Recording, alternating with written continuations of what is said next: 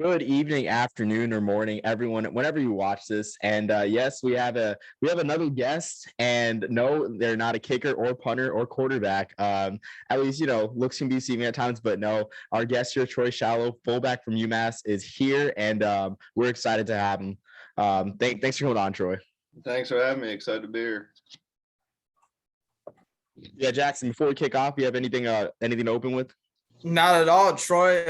Thanks so much for coming on. I know you're just transitioning a little bit into the off-season program, probably a little bit, but yeah, I'm excited. You're a very versatile guy, on and off the field. So looking forward to getting into it.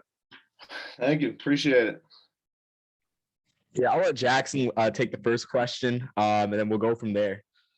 Yeah, absolutely. So I'm going to be a little bit selfish with my first question because I've always wanted to ask someone this that has played college football while a college graduate / grad student.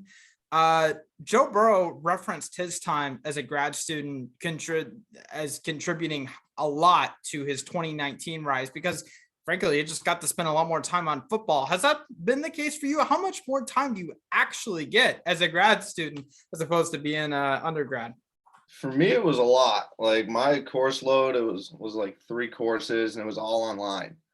Oh, that's so awesome. It was, and it wasn't like it was like everything was due at the end of the week. So I could spend the whole week in the facility, getting extra workouts in, doing whatever, meet with coaches, and not really have to worry about like the schoolwork aspect or like tests and quizzes and stuff like that. I would take my computer, my iPad with me on away trips and do work and stuff on the plane ride and stuff like that. But he has a point.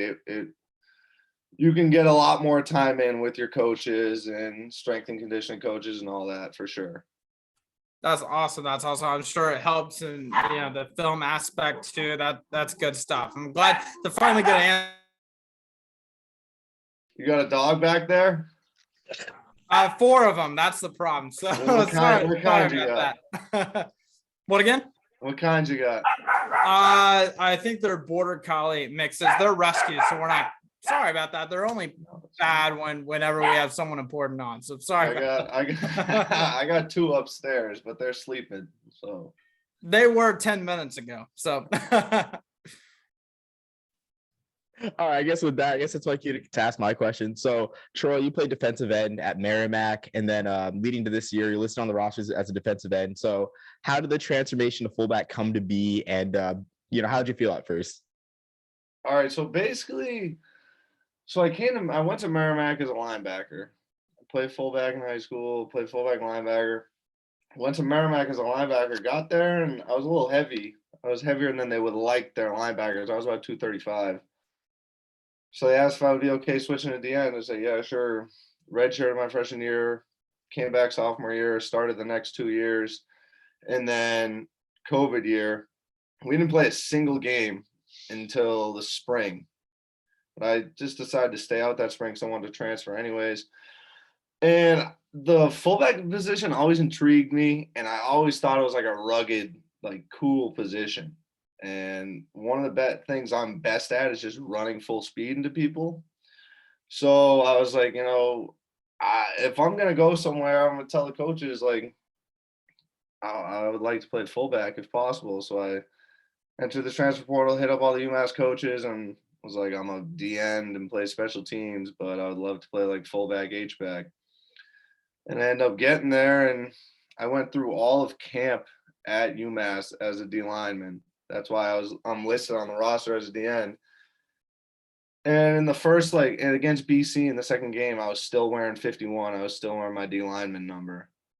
And then after that, I just went in, met with Coach Walt Bell and Coach Siegler, and I was like, how about we just switch me to fullback for good? And they're like, yeah, sounds good to me. All right. And that was it's pretty much how it went. I was like, let's do it. Like, we can get some power running in, and it'll be great. Like all right, let's do it. Wow. Yeah, I guess so was the conversation, I guess, that was it that quick? Just like, I mean. Yeah, when I first got there, I went up to Coach Bell and said, hey, I'll play whatever position you want me to play, coach. Like, I just want to play. He's like, all right, I appreciate that. So that's probably what put the fullback like thought into their minds. And then it was like a training camp. They had like it was like me and one other kid, and they're like, all right, we did a goal line period. And they're like, whoever does better at fullback is our fullback for the year. And I was like, all right, well, I guess now's my chance. So did what I had to do, and then like I said, third game, third week, went up to him, and I was pretty friendly with Coach Walt Bell. We got along pretty good. He's a great guy. And I was like, Coach, I think I should just, meet with the tight ends and do some fullback stuff and be fullback for good. He was like, all right, yeah, that's fine with me. And there it was. Wow. I mean, geez. I mean, I like that. You'll play anything, anywhere, even quarterback, I guess. True football guy. No, we love that on our podcast. Absolutely. True football guy. It's the only thing I've ever known since I was like 5. So. Absolutely. Hey, you gotta do what you gotta do to get the ball, right? So Yep. that's awesome stuff. And man, I can certainly say where size and strength comes to play and at fullback, right? So we're a big fan of special teams, as you could have guessed from Omar introducing All 3 phases of the game. One of the most important. Exactly. Hey, can't overlook special teams. It's important. Exactly. It's 1/3 of the game. Yeah. I want you to take me back to Merrimack College versus Central Connecticut State in 2019. Your lone kickoff return for 8 yards. What was going through your mind? How did that happen? I was playing back line, and it was a squib kick, and it was the end of the half. It was like 7 seconds left, whatever. It was a squib kick, so I just picked it up, ran it back for 8 yards, and then that was it. Boom. They were all on me. It was dribbling quick, but that was it. That was my one. And then I had another fair catch this year against Army. So those are my 2 kick returns. Did you envision in your mind that Sunday night, Packers Patriots game with the lineman taking it all the way? Dan Connolly taking it back 70 yards. Yeah. Oh, I've seen it. I've watched it. I always thought about that, but yeah. I don't know. I was just trying to be smart, knowing I don't get the ball a lot. So I was like, I won't fumble here. Exactly. I'm just gonna get down. Not gonna try. Yeah, it was the end of the half. Didn't want to cause any bleeding. I love it. Yeah, no, I mean, 8 yards is it's not too shabby at all. It's a pretty solid return. I will say this: I played corner in high school, and I was on the second line kickoff return. You have more career kick return yards than I do. When I took my one kick return, I dove forward for a yard because I was a strictly defensive guy. So there you have it. I was gonna say it sounds like about 7 more than I would get. So yeah, it's 7 more than I would too, obviously. So I mean, nothing to be ashamed of. I guess my next question is so I mean, I noticed you got the mold there. So we're going to Coastal Carolina. What was that experience? I mean, Coach Chadwell has the mullet. They got Teddy Gallagher with the mullet. Like, were you intimidated in terms of that phase of the game, or do you think you had a better mullet than Teddy Gallagher? Are you the reason that he shaved his mullet? All right, so the reason I originally got the mullet, it was because when I was working out, my hair was long all over. It just kept getting in my face, and I hated it. So I just like, you know what? Let's do a mullet. Now all my friends are like, dude, you can pull off a mullet. Go. So I ended up getting the mullet, showing up to UMass, and immediately everyone was like, oh, it's a kid with the mullet. Like, didn't even know my name for the whole month. Like the first month I was there, oh yeah, kid with the mullet. Like, and then it turned into like the tight ends coach, Coach Siegler, just referring to me as Cowboy Troy for the rest of the season. So as far as Coastal Carolina goes, no, I wasn't scared. I thought my mullet was better than anyone's down there. I mean, I trimmed the back of it, so it's not as long right now, but it used to be down to almost the middle of my back. Like, that thing was a freak show. So when I went down there, I felt I had the best one. I like Gallagher's though. He dyed his blonde a little bit, or I don't know, maybe he's naturally blonde, but I've thought about doing that before. The quarterback had a good one too. I forget his name, but his mullet. What was his name? Quarterback at Coastal. Justin McCall. Yes, his mullet was great. I went up to him after the game. I said, "That's a great mullet." He said, "Hey, you too, man." There's not many of us. We gotta stick together. Well, I mean, shoot, I think maybe you should have transferred to Coastal. I mean, the home of the I mullet. was But told no shade on that. UMass. The jokes used to be like, wow, we're gonna go down there and they're just gonna keep Troy. Like they're not gonna let us take him back. Hey, well, it's worked out great for you at UMass. I'm sure Coastal Carolina could have used you to put them over the top. But hey, a big reason why you did end up going to UMass, I believe, was Walt Bell. He played a big part. Obviously, moved on to be the Indiana offensive coordinator. What can we expect from that Hoosier offense? What's some stuff that you like over there? Oh, I love Walt Bell. First of all, he is an absolute like great guy. Like he's someone I could go to and talk to about anything, which is huge for players, and a lot of players felt like that. Like they want someone who is going to coach them hard, but they know he's only coaching them hard because he cares about them. You know what I mean? So if those dudes over there can buy into him and understand that about him, I think they'll be great. His offense, the offense he runs is great. He does a great job. I think he's smart. He's been around for a while. He's learned a lot of things. Hopefully he'll still use a fullback out there. I'm sure they got the personnel for it. Yeah, I mean, it does benefit him being in Big Ten country. Yeah. Home of the fullback. So, I mean, shoot, I guess you transferred to Coach Bell's program a year late. I mean, we'd love to see you on on the Big Ten network at 12. Playing that fullback position. But I guess staying on the fullback topic. So I'm sure you're well aware of the Lowman Trophy. Me as an Army fan, I thought we were kind of robbed with Jacoby Buchanan being robbed of a second straight Lowman. That kid was a beast. Buchanan, that kid was a beast. Oh, absolutely. Yeah. But congrats to John Chenal. Do you think you were robbed in your candidacy for the Lowman Trophy? Do you wish you had another season playing fullback, or? I'll say I wish I had another season playing. I would always, I would always like go up to coach and be like, hey, like we can, I'll run full speed into someone, like it's no issue. And fullback, they got a block, right? And a lot of the highlights they were showing for the Lowman Trophy was a lot of fullbacks getting the ball. I don't know what's up with that. They need to be blocking people. So, but no, Chenal's a beast too. I've seen his highlights at Wisconsin. Our running backs coach, Coach Pimpleton, Coach Pimp, he's now at FAU. He's been all over before.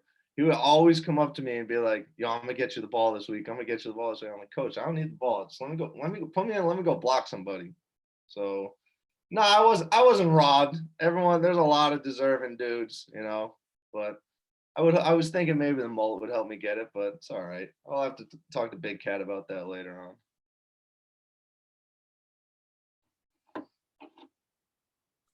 I love the Big Cat reference. Did you watch any of his with Coach Doug's during mid lockdown? Right? I didn't religiously keep up with it, but I would see clips of it here and there. He's funny. I like them. I listen to PMT a lot. Like all the away trips, I would download them and listen to them. They were good. They're good. It's always been like that ever since I was at Merrimack too. Long bus rides, everything. They pass the time easy. I like them.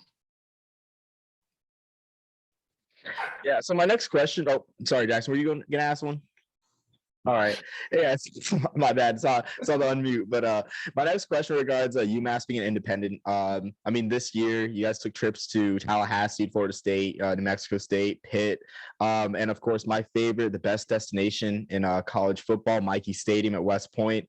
Did you enjoy that? What was your favorite game day experience? Dude, that was Army West Point was like one of the greatest experiences of my life. That was outstanding. Like I'm out there on kick return and they're playing like Martin Garrix and all the cadets are like right behind our sideline. The whole place is shaking. I was like, and it was cool. And then everything they did before the game, after the game with the fight song, it was awesome. That was number one in like experience wise. Number two, I'd say Florida State. That was cool too. The dude rides the horse out in the middle, sticks it right in the center logo. That was awesome. But Mike Stadium's number one for sure. Have you been there? Yeah. So we both went to the academy. Jackson left after a couple years, and I stuck it through. Wow. In his honor. Truth is, it's kind of a facade. Like 90% of the cadets don't want to be there. It's mandatory. It's Now mandatory. you're ruining it for me. Don't tell me anymore. I liked it how it was. I'm sorry, Oh I'm the my Grinch. I'm the God. realist. I'm sorry. All right, but it's kind of like the TV cameras are there. Like you become a different person when the CBS Sports cameras are there. Like Oh, yeah. anytime they'd show up, especially during the pandemic when it was just us in the stands, we'd see the camera people on the home sideline and be like, "Hey, can you get us on next break?" So I ended up being on TV twice in 2020. Nice. But yeah, absolutely a great experience for sure. Yeah. No, I mean, I'm sorry to ruin it for you, but hopefully you can make it there as a spectator sometime. Oh, I would love to go to one of those games. Like the Army Navy game, I'd love to go to that game. I was talking to my buddy about that the other day. But another cool one, Florida State, Army, and Liberty was a cool one too. They're also independent. Their fan section was ruthless. Like had like info on all the players on our roster and just fire it at us on the sideline. It was wild. That's not what I expected to hear. I did Liberty not having know a Rockets that fans. about Liberty. That is ruthless. I did not know that. That was wild. I've never heard that. But I'll kick it back to you, Jackson, for our next question. Yeah. I was gonna ask you. We talk so much about fullback. People probably don't know you were second on the team in TFLs in 2018 for Merrimack with 5.5 TFLs. The one that stands out to you that year was anything a big third down, anything like that you really remember? The one I guess I would say was my favorite was we were playing against AIC and it was like 30 degrees, freezing rain, and like 40-mile-an-hour winds. It was horrible. And we were up 14-0, and they were driving down towards probably beginning of the fourth quarter, and I ended up getting a TFL, made it like 2nd and 15. That was probably the best one. My first sack would have been at Bentley, fourth quarter. They're driving down, chase the wrong shoulder, dude spins away, almost lose the game for us. I felt like that was bad. That one was bad. That's probably one of my most memorable like misses ever was then. That was terrible. But the TFL against AIC was probably my favorite, I'd say. Casually a big TFL to seal the game, and then instantly had, right? That's how it always goes with that. Yeah, I know that. I know exactly what you mean. Did you guys end up pulling off that game though? We won both of them. Both of them I was just talking about. We won both of them. We were good. We were pretty good. Okay, that's what's important, right? Yeah, it's all about winning. All about the team always. So I guess going back to playing fullback, I guess fullback to fullback, because in high school they had me play all 170 pounds myself, play scout team fullback for whenever we played option teams because no one else wanted to get hit every play. And again, I was mostly a defensive guy, so loved getting the ball, or at least the illusion of getting the ball. Modeled my play off of literally any option fullback. Was there any fullback that you modeled your play off this year?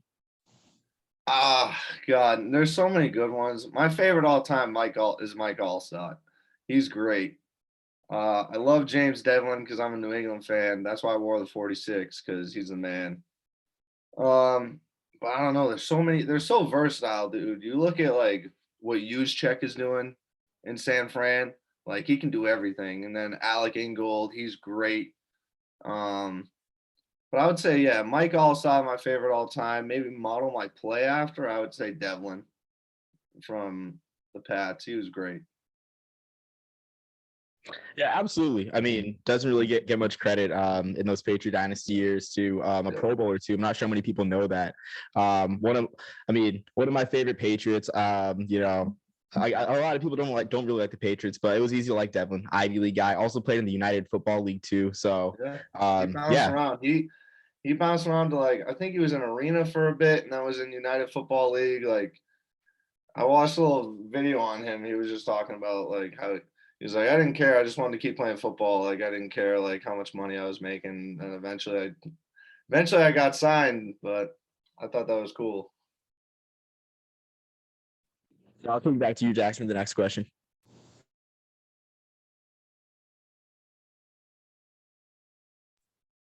Sorry, took me a minute. So as far as anything, what was kind of your fit in the scheme, right? Because you came on as a linebacker, moved to, obviously listed as a defensive lineman.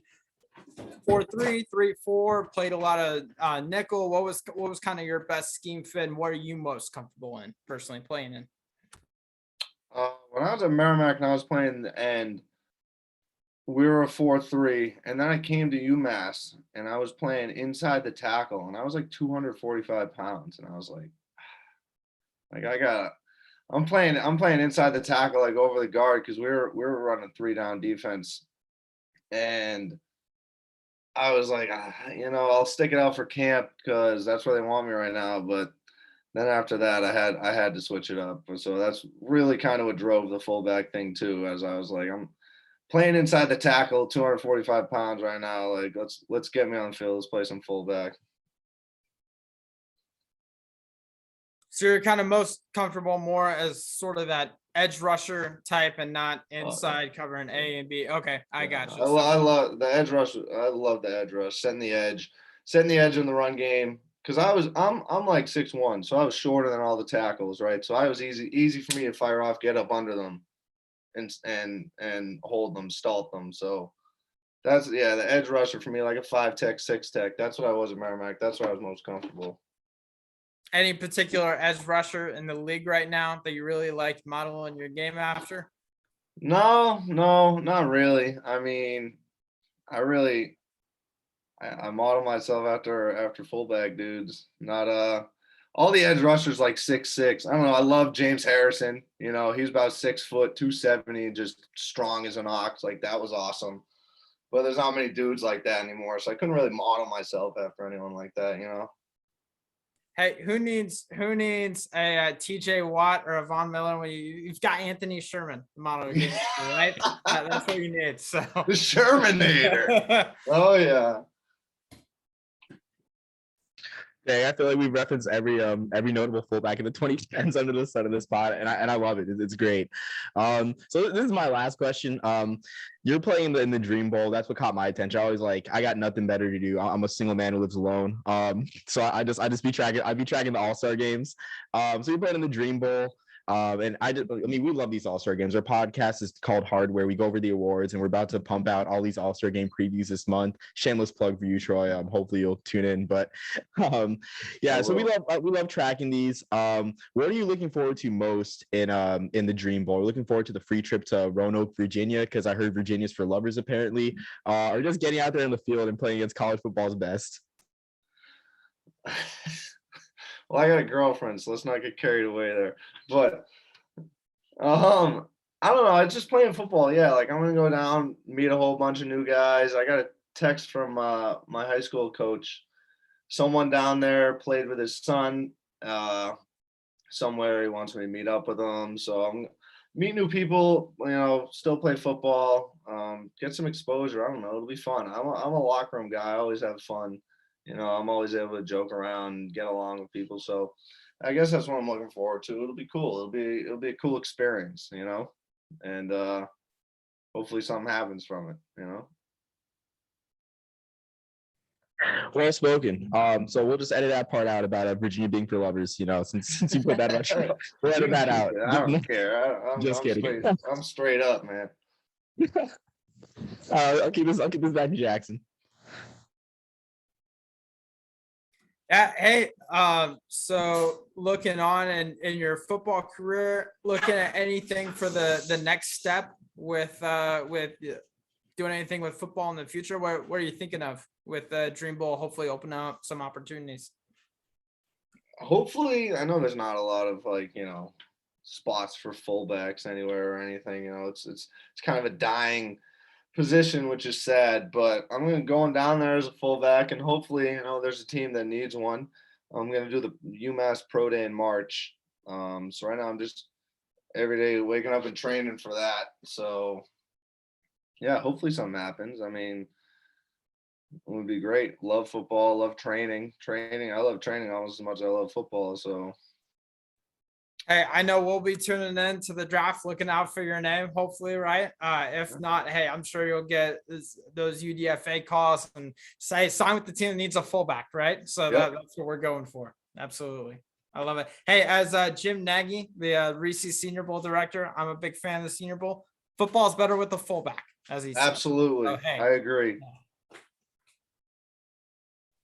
Yeah, I will say this, Troy, and it's not insult at all. I mean, the Guardians, the Northeast XFL team. I was a fan. I was a 2-hour transit ride away when I was at the academy.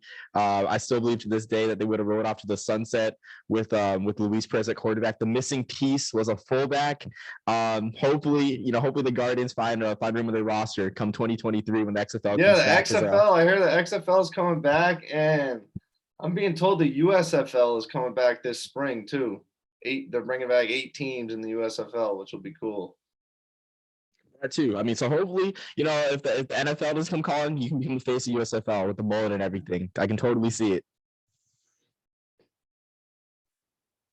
It'd be really fun, Omar, if the NFL doesn't call, right? Hey, go ahead, FCF, right? It's a little like 5-on-5 with Johnny Manziel. Can you imagine Johnny Manziel, Troy Shallow, maybe a little fullback screen, right, on a flat? That'd be beautiful. I know everyone would tune into that, if only for the mullet. So.